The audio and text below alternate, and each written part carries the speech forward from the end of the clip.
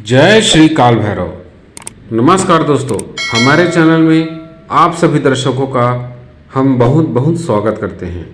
दोस्तों, जैसा कि आप सभी को पता है कि कुछ ही दिनों में श्रावण का मास आने वाला है। कुछ ही दिनों में श्रावण महीना शुरू हो जाएगा। यह बहुत ही प्रभावकारी साधकों के लिए, तांत्रिकों के लिए और जो शिव भक्त हैं उनके लिए बहुत ही विशेष समय होता है। तो हम एक ज़बरदस्त साधना आपको बताने वाले हैं जिससे आपकी मनोकामना या आपका कोई रुका हुआ काम है, अगर आपका कोई टारगेट है तो वह जल्द से जल्द, शीघ्र अतिशीघ्र इस साधना के माध्यम से संपूर्ण होगा ही होगा। आप ध्यान से इस वीडियो को देखें और इस श्रावण महीने में भगवान भोलेनाथ की साधना करके उनकी कृपा दया जरूर प्राप्त करें। जैसे कि सभी को पता है, श्रावण का महीना प्रभु भोलेनाथ शिव जी का महीना है, जिसमें सही पूजा और साधना करने से भगवान शंकर सभी इच्छाओं को पूर्ण कर देते हैं। यदि जीवन में आपके ऊपर शिव की कृपा है या यदि जीवन में आप शिव की कृपा प्राप्त करना चाहते हैं तो श्रावण मास से अधिक कोई भी सिद्ध मुहूर्त या समय नहीं है। इस पुण्य समय में, जो कि बहुत ही अत्यंत कृपा देने वाला और लोगों का कष्ट दूर करने वाला बहुत ही उत्तम मुहूर्त है, उत्तम समय है। जबकि इसकी प्रतीक्षा, जैसे कि मान लीजिए साधक, शिव भक्त, साधु, योगी सभी करते हैं, क्योंकि यह बहुत ही विशेषकारी समय है। इस समय का अनुभव बहुत ही अलग है, ज़बरदस्त है। चलिए मैं आपको साधना के बारे में विस्तार से बताता चलूँ। देखिए, सर्वप्रथम हम आपको यह जो साधना दे रहे हैं, यह आप हर सोमवार को कर सकते हैं या फिर शुभ मुहूर्त में शुरू करके लगातार 21 दिनों तक कर सकते हैं। आपको शुरुआत शुभ मुहूर्त में करना है, यानी कि सोमवार को कोई शुभ मुहूर्त देखकर आपको यह साधना शुरू करनी है। आप इस साधना को करिए और अपना मनोकामना या कोई आपका टारगेट है उसको पूर्ण करिए, क्योंकि यह सावन का महीना बहुत ही अमूल्य धरोहर है। अतः हमें इसका सदुपयोग करना चाहिए और सभी को अपने भाग्य के दरवाजे खटखटाने चाहिए, जिससे कि आपका भाग्य चमक सके, आपके जीवन में उन्नति प्रगति आ सके। आपको मैं कुछ उदाहरण दे देता हूँ जिससे आपको पता चले कि आप किस अपनी आकांक्षा हेतु यह साधना कर सकते हैं। अगर मान लीजिए आपका शत्रु बहुत ही बलवान है तो उसके नाश के लिए, उसके शमन के लिए यह साधना कर सकते हैं। अगर आप किसी कोर्ट कचहरी के अड़चन में हैं तो उसके छुटकारा हेतु यह साधना कर सकते हैं। अकाल मृत्यु या अचानक दुर्घटना से बचने के लिए आप यह साधना कर सकते हैं। अगर मान लीजिए आप या आपके घर का कोई सदस्य बहुत दिनों से बीमार है तो उसकी रोग मुक्ति के लिए आप यह साधना कर सकते हैं। दोस्तों, इस साधना के सामग्री के विषय में मैं आपको बता दूं। आपको इसमें रुद्राक्ष की माला का उपयोग करना है और आसन आपका सफ़ेद रहेगा, वस्त्र आपका सफ़ेद रहेगा और आप साधना करते वक्त सर पे सफ़ेद कपड़ा जरूर बांधें।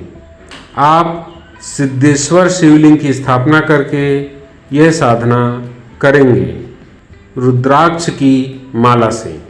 आप इस सावन के पहले सोमवार को सुबह पूर्ण रूप से साफ स्वच्छ होकर वस्त्र धारण करें और जमीन पर पानी से लीप लें। आप चाहें तो गाय के गोबर से भी लीप सकते हैं। उसके पश्चात वहाँ पर चौकी रखें। चौकी के ऊपर आपको सफ़ेद वस्त्र बिछाना है। उसके ऊपर सफ़ेद चावल रखना है तथा किसी सिंदूर से भी जो हनुमान जी में चढ़ता हो उस कलर का सिंदूर से आप ओम नमः शिवाय लिख सकते हैं। हम आपको इसे प्रभु हनुमान जी वाला सिंदूर से लिखने की सलाह देते हैं। उसके पश्चात आप एक पंडित जी से प्राण प्रतिष्ठित सिद्धेश्वर शिवलिंग प्राप्त करके उस चौकी के ऊपर जो आपने चौकी तैयार किया है उसके ऊपर रखेंगे।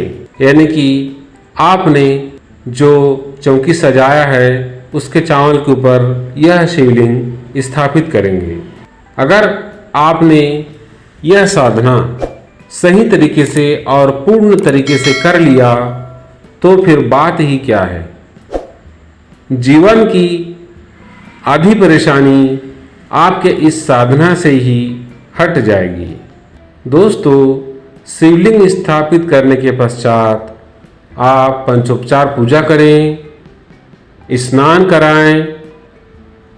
यानी कि सर्वप्रथम प्रभु शिव जी का ध्यान करें, स्नान कराएं और फूल चढ़ाएं, टीका लगाएं और आप जो सामग्री लाए हैं वह चढ़ा सकते हैं।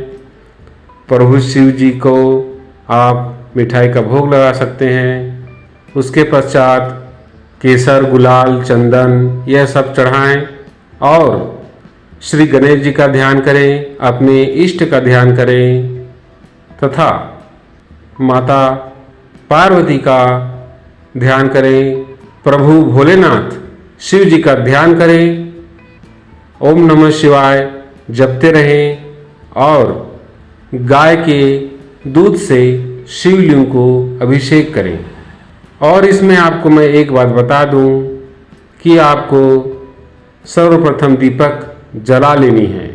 उसके पश्चात यह सब करें और शिवलिंग को दूध चढ़ाते रहें और साथ में ओम नमः शिवाय का जप करते रहें। यह आपको 4 सोमवार या फिर अगर आप 21 दिन का कर रहे हैं तो आपको 21 दिन का करना है। मंत्र आपको 108 बार जपनी है।